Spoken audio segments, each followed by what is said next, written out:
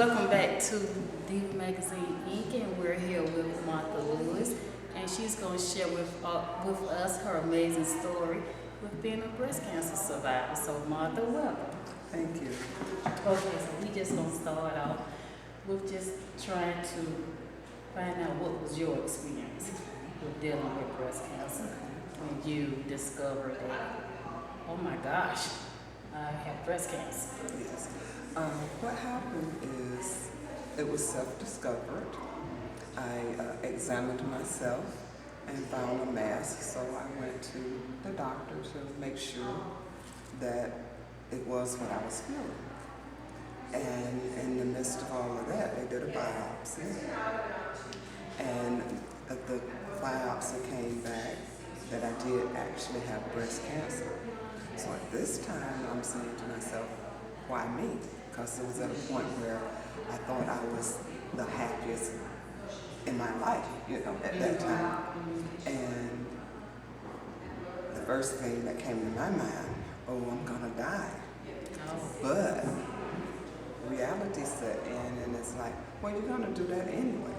So by then, I started to focus on being totally positive.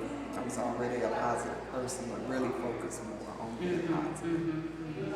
Now, finding out that you have breast cancer, how was it sharing with family members?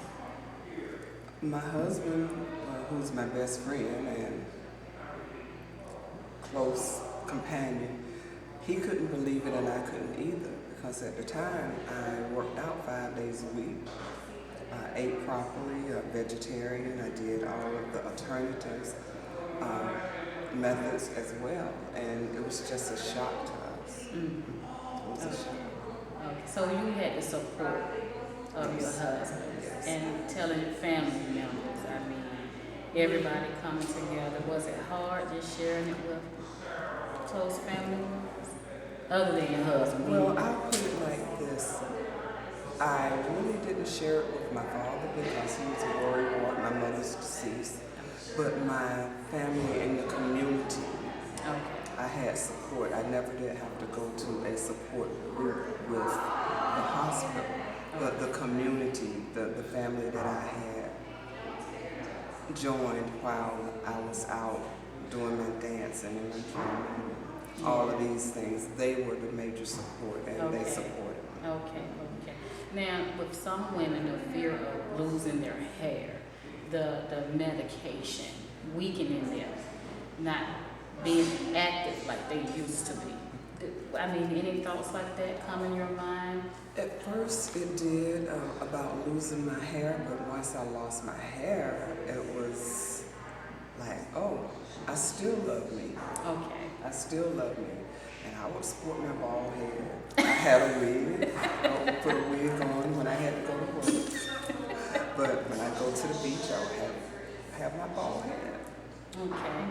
How long has it been since the breast cancer? Since 97. So that's about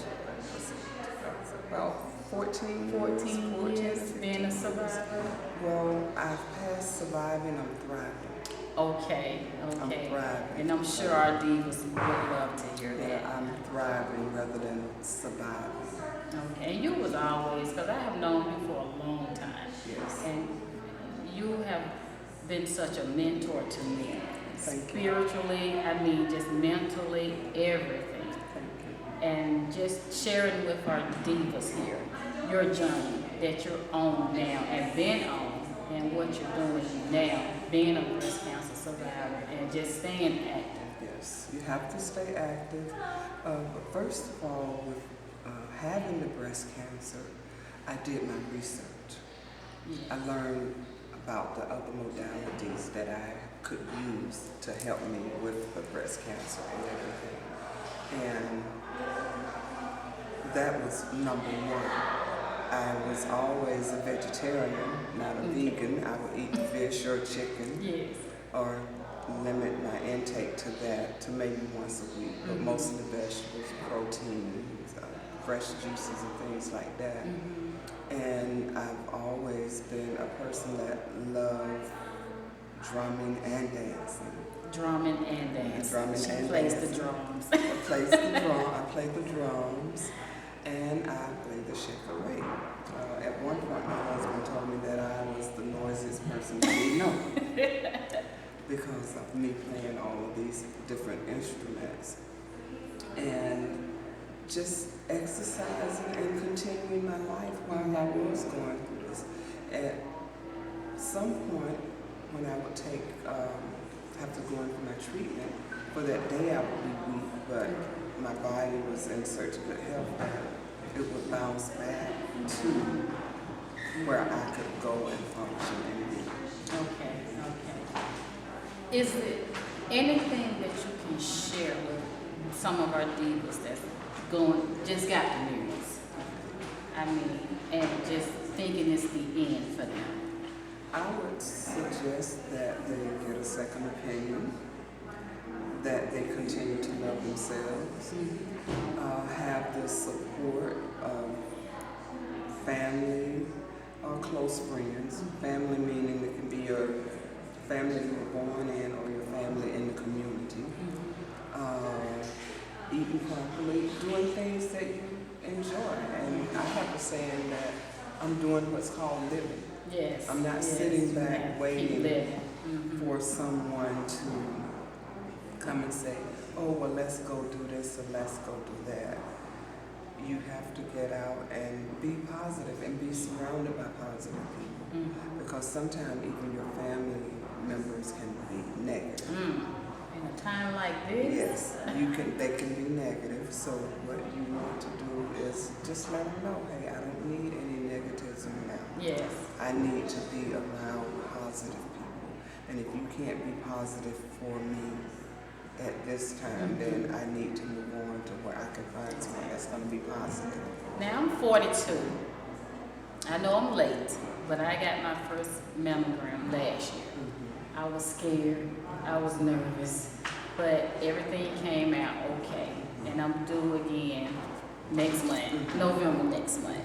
So just reminding women to get your mammogram, self-exam, nothing to be afraid of. You hear it all the time. Early detection, yes. As a matter of fact, I am the act lead for District 4 in DeKalb County with the American Cancer Society. Okay. And I do volunteer work with them, as well as doing volunteer work throughout the city and in the community. And that helps because we still have to find a cure. Yes. And the only way we're going to be able to find a cure is, like you said, early detection. Yes. Do self-exams, and that includes men as well. Yes. Men think it's all about the prostate. No, it's not. Yes. So I see your drum here, Martha. That's not a drum. This is a shakerette, and this is one of the instruments. Shakerette. Yeah, shakerette. Okay. And this is one. It will wake everyone up. This is one of the instruments that I play, and it's a gourd.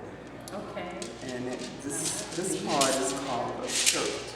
Okay. Yeah, so I actually play the shakerette. So you just. It's really loud. It's really loud. Leaves inside us? Oh. Yeah, it's loud, so it can be louder. I wish you had time so you can get up and shake for y'all, because she's really good. Martha, I really enjoy you taking the time to share your experience with us, because October is Breast Cancer Awareness Month. Yes. And I think all around the world, everyone's talking about breast cancer survivor, early detection, just supporting each other. And like you had mentioned about the American Cancer Society, I will be participating in my first walk on October 26th. Yes. So I'm glad that you're here, that you are surviving. You can continue to share your story. Yes. Continue that spiritual journey that you're on. Yes. And I hope that you were able to inspire some of our divas that's on our website early detection, and just keep living, loving yourself. Yes. That's what it's all about. That's the key thing. Exactly. So we're glad that you're here, and I thank you for the interview. Thank you. Thank you for having me. Yes, you're welcome.